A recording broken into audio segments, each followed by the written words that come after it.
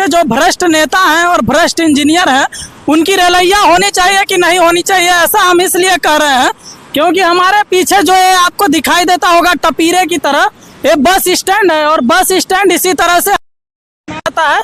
यहाँ पे bus stand पे यानी यहाँ पे जब बसें आती हैं तो यात्री जो होते हैं यहाँ पे बैठ करके बस का इंतजार करते हैं, बस का वेट करते हैं ताकि हम छाया में बैठ करके बस का इंतजार कर सकें और बस जब आए तो हम उस पर अच्छे से सवारी कर सकें।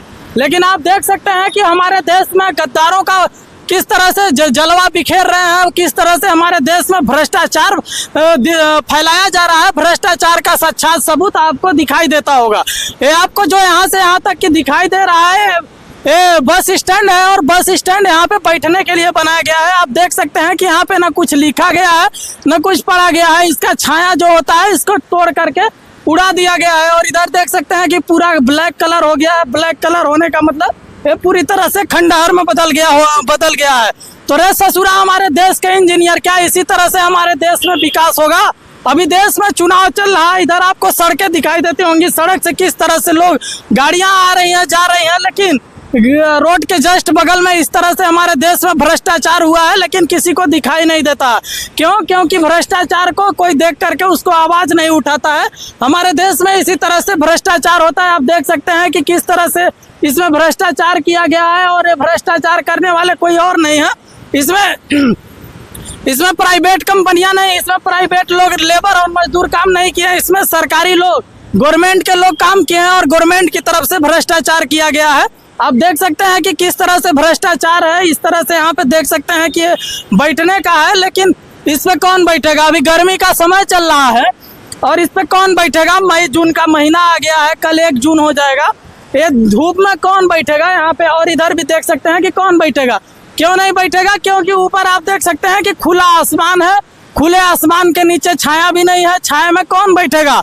तो यही है हमारे देश का सिस्टम और हमारे देश में इसी तरह से कार्य किया जाता है।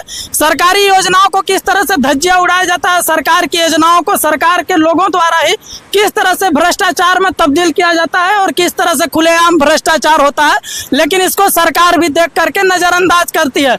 नजरअंदाज इसलिए करती है क्योंकि इसको करने वाले लोग सरकारी लोग ही है, सरकारी लोगों के द्वारा ही भ्रष्टाचार हुआ है, इसलिए इसको नजरअंदाज किया जाता है।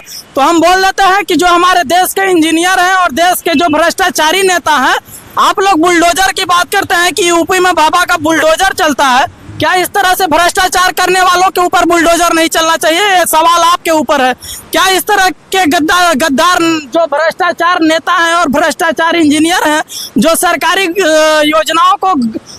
योजनाओं के तहत जो योजनाओं में बजट पास होता है उसमें से आधे पैसे खा करके मजे मारते हैं और अपना जो उनका बजट मिलता है वो तो अलग से सैलरी पगार मिलता है, लेकिन जो योजनाओं के तहत जो बजट पास होता है उसमें से अलग से वो लोग खा करके मलाई चापते हैं। तो यही है हमारे देश का नेताओं का भ्रष्टाचार।